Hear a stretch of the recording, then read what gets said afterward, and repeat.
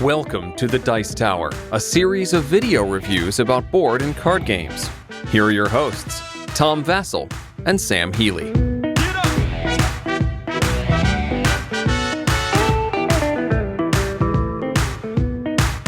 Hey everybody, I'm Tom Vassell. I'm Z Garcia. Hello. Sam Healy. Welcome back, folks.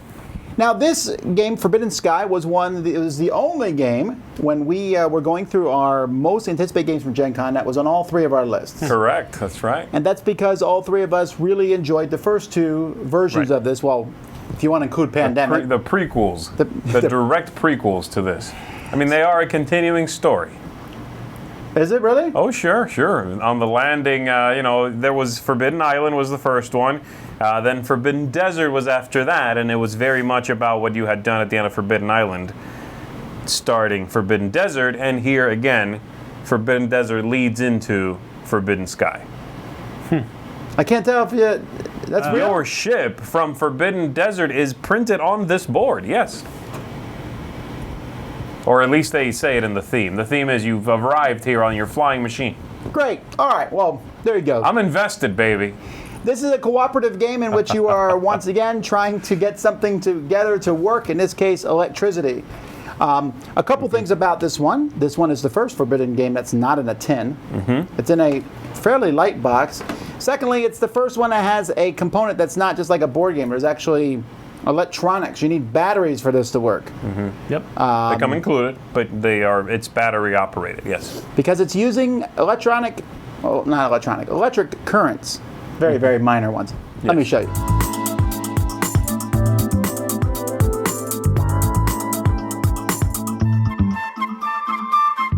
Okay, the goal of this game is to launch this rocket ship, to get on the rocket ship and launch it.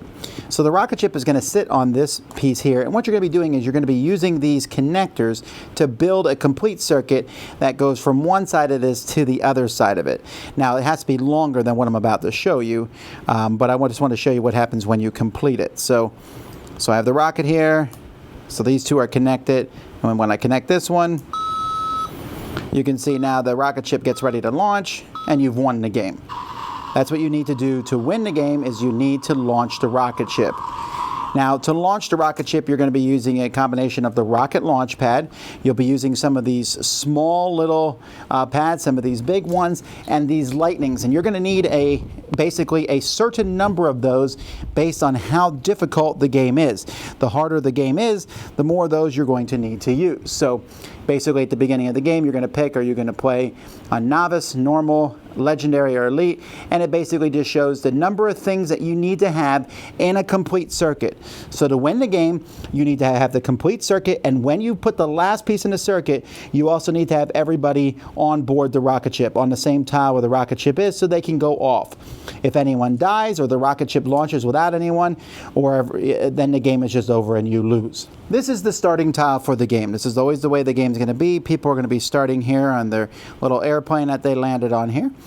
You have a dial here that's going to basically tell you what direction the wind is going to be blowing. And as the game, and here, this lightning bolt means that a lightning rod goes there. So you actually start the game with a lightning rod. And then these orange things are wires that are moving around the board. Now, as the game goes by, you're going to be connecting tiles, and as you connect tiles, at least one wire on the tile must connect. So here you can see that wire connects, so I'm fine. And you're going to be trying to build different objects. So once you completely fill an object, for example, here's a small circle, you'll be able to put one of these on the board there. Whenever I put out a lightning bolt, I need to put one of these there. As I build bigger circles, let's see if I can show a bigger one here. These are made up of 4 parts. You'll put the bigger circle on the board, and then you see this big red piece here. This red piece, eventually when you fill that in, is where the rocket launch pad itself. And so once you finish a circle, you'll be able to place those out. So what a player is going to be doing on their turn is they're going to have 4 actions, and you have to decide what you're going to do for these actions. An action can be moving from one tile to the other. However, as you move, you'll notice there's little platforms here. So if there's no way to move from one tile to another, you can't just cross this pink cloud stuff. You have to follow the gray platform as you're moving around the board. Each player is going to have a special ability: electrician, climber, navigator, knotsmith, surveyor, medic. Each of these has one thing that they can do. Sometimes it's an action. So for example, the medic can heal someone on their tile, on their adjacent tile, 1 point of health per action. So each of you will start with a certain amount of health. If you lose all your health, you die. You also start with rope. If your rope breaks, as we go over the course of the game, you will also die. So each player is going to keep these, and you'll have little sliders that you'll put on the cards to show what your health is, and also how much rope you have left before you die. On the other side of each of the cards, it will show you the different actions that you can take on your turn. Like I said, you have 4 actions, one of them being that you can move. If there's multiple teleport tiles on the board, you can move from one teleport tile to another one. So this one here is a teleport, so boom to boom, I can move over there. I can also scout, where you draw the top tile here. Everyone's going to start with some tiles in their hand, and I can draw one and add it to my hand, and then explore, where if I'm on a tile, I can place a new tile there next to it. And as I mentioned before, if you finish something, you'll be able to put on the appropriate thing right away. If you explore a tile, some of the tiles are going to give you, that has a cog on it, you'll get a piece of equipment. And there's different equipments: jet packs, gravity hooks, time throttles. This one here, for example, gives you an extra 3 actions in your turn. This one lets you move anywhere on the board, the jet pack. This one lets you add a wire between 2 components on the platform. So they basically, some of them are one-time use. They do various things that will help you out over the course of the game. And you'll get those when you explore a tile that has a cog on it. And here's one here to show you what that looks like.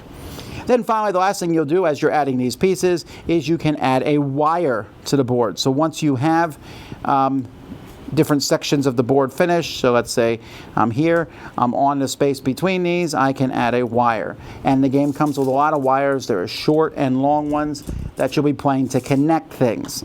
Now, that all sounds good and easy, but the game then, after you're done with your turn, the game is going to do some things to you. There's one of these that's in the middle of the table. You have it on the stand here, so it stands up like this, and you'll be keeping track here, starting at whatever number of players this is, and this is how many bad cards you will draw after a player is done. And you have a deck of these cards here. Some of them say lightning strikes. Some of them say the winds change, and it will tell you what direction to move the wind. Some of them will cause high winds, will cause you to be blown around on the platform, and some will say storm intensifies, which will move you up here, which can cause you to draw more cards as the game goes by, and one of them will say storm intensifies and reshuffle this deck. Now, when lightning strikes every single lightning rod. If you are on a lightning rod or attached to a lightning rod through a wire or through one of these wires that you've built, then you're going to take health damage. And again, if your last health damage goes away, you lose the game. There are a few spots on the board where you can be safe from lightning rods. They're called Faraday cages. And so if you get one of these out, and here's a Faraday cage right here, you can hide. If you're in this spot, you're safe from lightning strikes. A high wind will blow you in a direction that the wind shows, so it will blow you around. If you can't move in that direction because there's only sky or it's at the edge of the board, then you will take 1 damage on your rope. If you're in one of these rooms here, though, this little blue room here, you can be safe from the wind blowing you around. And so that's basically it. Players are just going to keep going as they build these. Remember, when you complete the circuit, when you're finished building the complete circuit, which is going to have to include lightning rods and these different connectors, and finally getting to the platform where the rocket is and launching it. But as you do that, everyone also needs to be adjacent to the rocket at that point, so that when that happens, then the rocket will launch and you will go with it because you want to be on the rocket ship. That's it. As I said, the only way to make the game more difficult or easy is basically to change the number of things that you need in a complete circuit. All right, first of all, I should mention, for parents if they care, the electric currents in this game are run by like watch batteries essentially. There's no way you're going to get shocked by this at all. No. And I tried. I was just curious. Yeah, this is not a problem from that front, no. And that is, everything else aside, it is really neat when you set it up and the rocket goes off. The fact that the current runs through everything and goes off. That is cool. It doesn't work as well. One of the things about the game, this is aside from gameplay, is they give you long and short ones. Yes. And you put them on, and sometimes you have to kind of mess with them a bit to get them in the right spot, and that's not part of the game as far as I can tell. No. There's nothing in the game that says, well, if you run out of long ones, you can't do it.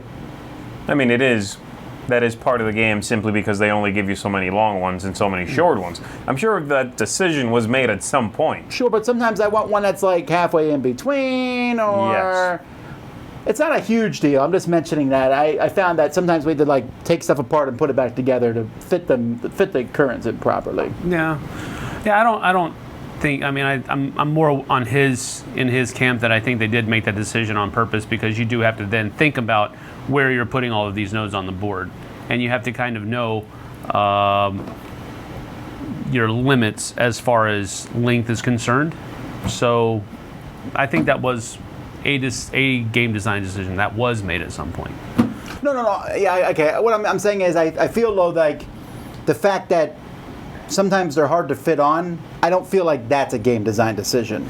I think that just happens to be the way those tiles are put together. I think if there was a way to manufacture them to be pliable and you could basically like extend them to any length you'd want to, I think they would have done that. I think they had to decide because they're plastic. Or it wasn't cost effective to do it that way. Oh, sure, okay. So let's go over different things. Okay, we'll start with the components. The rocket ship is really cool, and the fact that that you are making an actual current is cool. The box cover is cool. Jeez. No, it is. Foreshadowing much? Let's dive in this, man. I think the components, fine. I think the components are neat. They're also really fiddly, I think. I find the components to be very easy to knock around, putting on the contacts. They are magnetic, so that's cool. They will catch. But then when you want to add a second piece to the other one, the length won't be quite right, and so you end up knocking it off of the base printed on the board, and this and that. That's annoying. I think the look of this game is largely unattractive. I don't like the way the game looks. I think the platform with the pink stormy sky underneath, neither the platform nor the sky look good. The cables all over look like someone spilled a bunch of spaghetti on your board. They don't look good. You were hungry the last time you played this game, weren't you? Actually, the last person I played this with he ate. said that. So I was like, oh, okay, I like that, actually. That is pretty much what that looks like.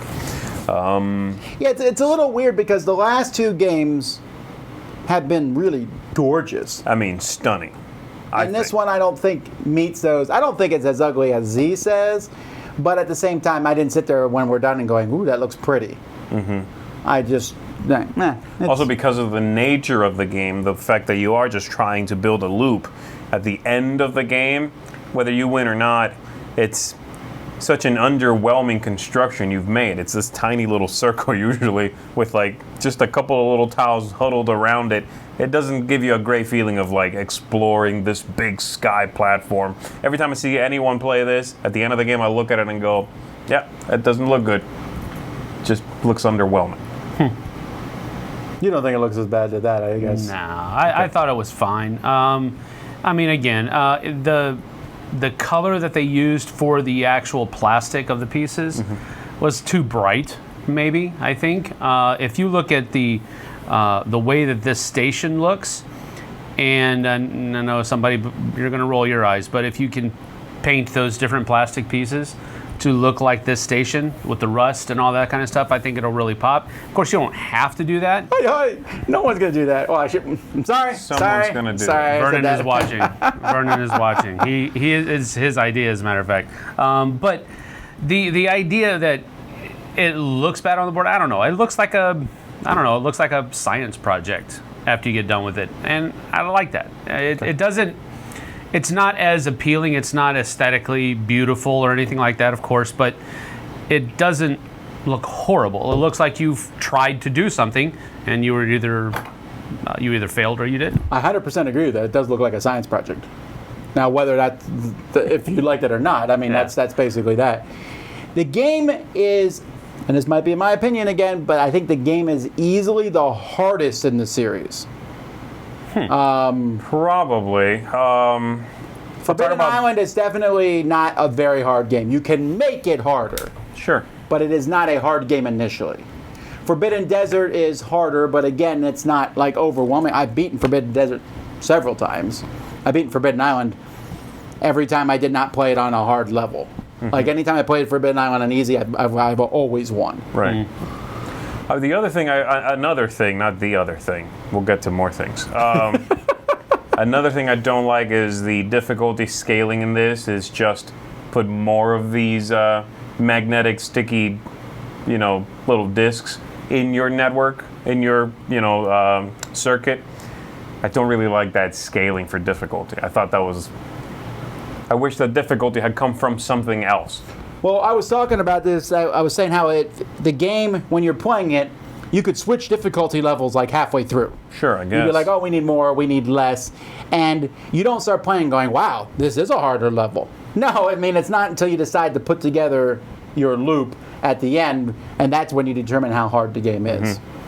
Now, one thing Z and I disagree on is, he says that an alpha gamer is from players and not necessarily the game. I think you've said that before. Yes, sure. We just talked about that on something. Yeah, Top 10 list. I'm not completely in agreement on that. I think some games lend themselves to alpha gaming more than others, and I think this one very much does that.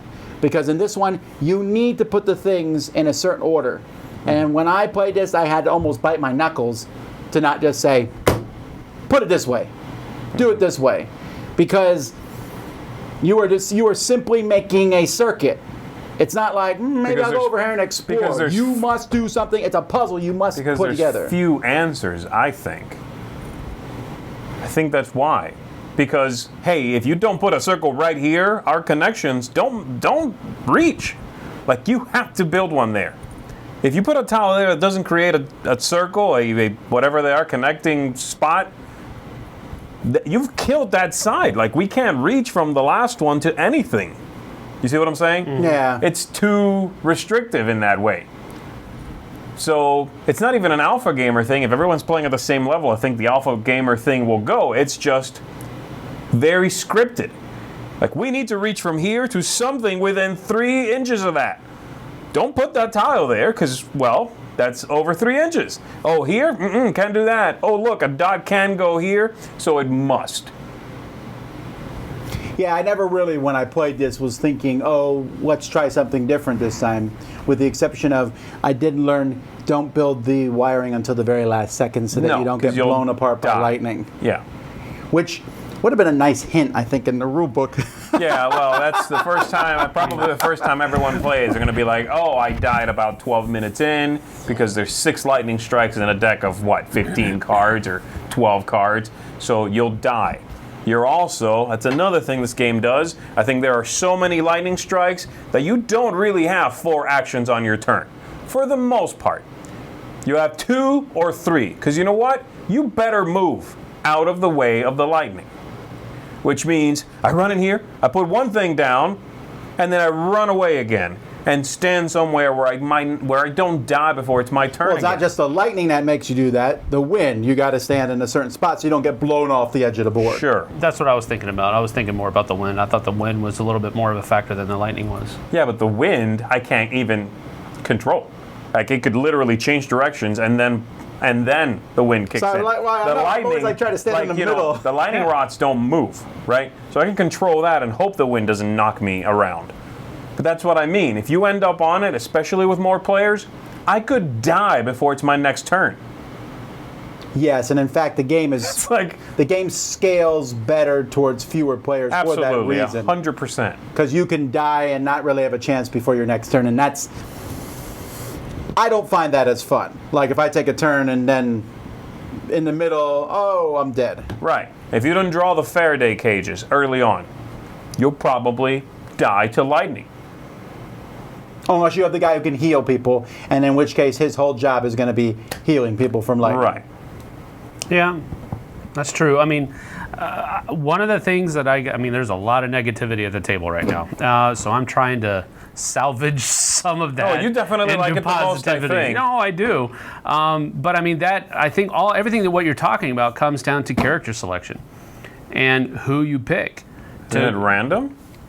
It doesn't have to be. Well, we picked because we wanted to win. I don't know. I honestly don't recall what the rules say. I think it's random, or maybe you can pick. Well, most games that you can pick, we pick anyway, right? Sure. If it does say it's random, we don't do it that way. Yeah, which is fine. Everybody does that, right? So I think that's important. I think we tried it once and we just 2-player, and we totally got our rear ends handed to us. Then the next time we were like, okay, well, let's try it on the next highest level, and we'll... No, we went down a level. What are you talking about? Oh, we did. Yeah, okay. We went down a level 1, and then we went back up. We went back up afterwards because we thought we could do it at that point. But I picked the rope smith or whatever you call him, and Yes. he picked the guy who heals the other medic. track. The medic. Yeah. The 2 tracks that kill you, yes.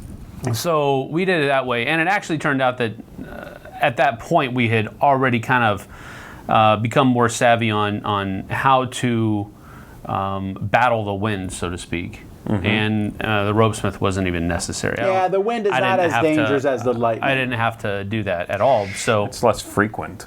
yeah, it's less frequent, but it can reach up and I mean, it could and grab you. change, though. One of the cards changes the wind. Somewhere you Sure, thought was safe. Sure, but sometimes I like when that card shows up because that means nothing else happened that turn. Right, The wind sure. changed.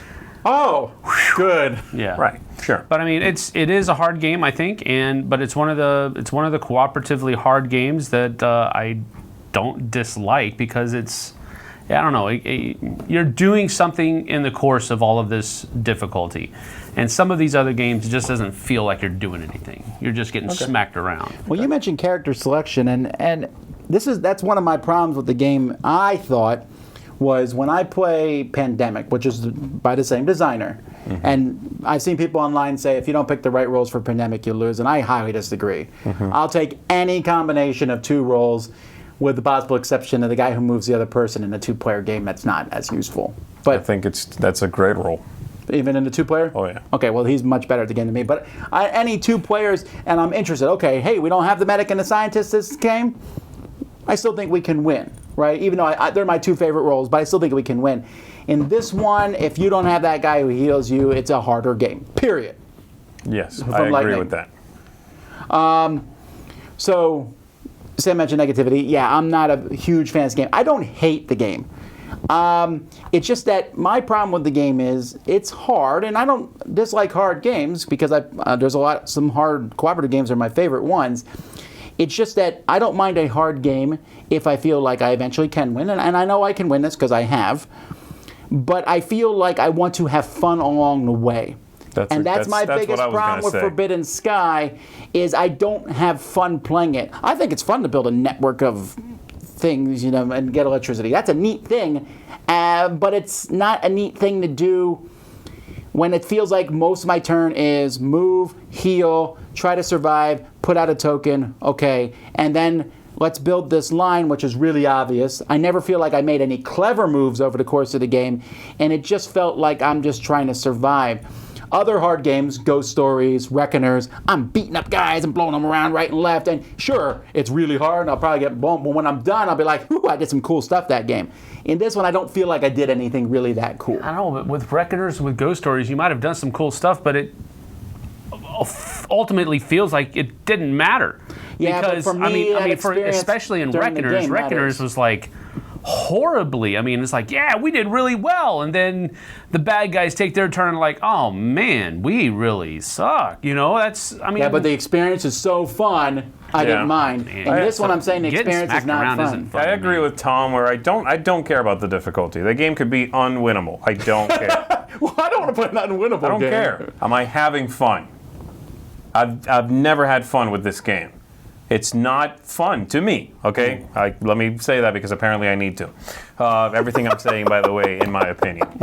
I don't think it looks good. I don't think it's fun. I don't think it gives you moments of clever play. I don't think it feels fair to the players. I don't think the gimmick is particularly engaging. It's a gimmick.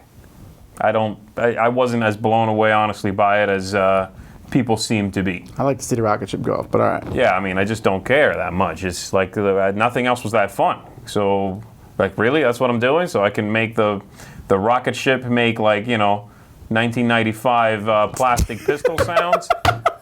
That's basically what that is. And, literally the only thing I like about the game. Good night. The only thing I like better in this game than the previous 2 is that it comes in a cardboard box. That is literally it, unfortunately. And I hate giving the game a negative. I got to be fair here. It's not a quality cardboard box. This is a weak box. It's fine. It's a cardboard box. That's better than a tin, in my opinion, right? This box isn't better than a tin. Now, have you kept the other two? Yes. Do you have the other two? I don't have Forbidden Desert. I have Forbidden Island. Yeah, I don't think I have Forbidden Island, but I have Forbidden Desert. I like them both. Yeah, this one for me is easily the third in the series, and I have to give it one thumb down. I really wanted to like it. I don't hate it, but I also don't feel desire to play it again because I feel like I've seen everything in the game. I don't feel like, with Forbidden Desert, I'm like, ooh, this time where will the puzzle pieces be, and the wind's shifting around. And Forbidden Island is a much more basic game, but that one works well for my family. I would not play this with my kids, period. They would be too frustrated. They would really dislike a lot of parts of it, I think. They would not like, hey, I got hit by lightning 3 times in a row and I'm dead. Yeah, sorry. That could happen. Yeah. That's the problem. That is completely out of your hands, especially in a game with more people. If I'm standing somewhere safe at the end of my turn and I get blown, let's say the wind changes and I get blown into somewhere that is electrified, I will likely die before it's my turn. There are 6 of those cards that hit you. It's very random, so yeah, lightning strikes.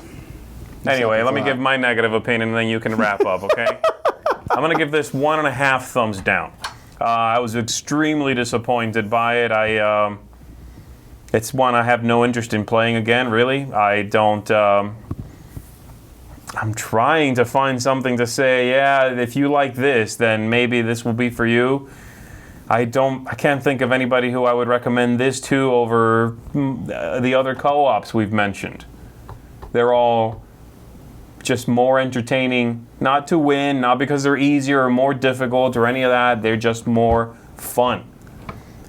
From turn to turn, you'll have a better time, I think, than in this. I enjoy winning. I think winning is fun. So the fact that this one gives you the hope of winning without some kind of, I don't know. I think there are clever things that you can do in your turn. Choices that, moving away from a certain spot, and because the wind might change, you haven't seen that card come up yet, so it's it's coming down the path, those kinds of things. Yeah, sure, lightning can strike and kill you, but that's kind of thematic for the game. That fits the theme, and that kind of thing happens in, I think, all of the other games that we've mentioned here. It's just that you're giving it a pass on those other games, whereas you're making it a focal point here. I think that's unfair, because all of those other games have those random elements in it that will kill you, and there's nothing you can do about it. But it seems to be focalized here, and I think that's unfair. But whatever.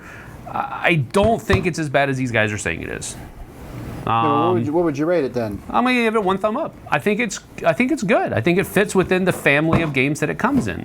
I probably enjoyed this one better than Desert. I thought Desert was. Whoa, really? Yeah, because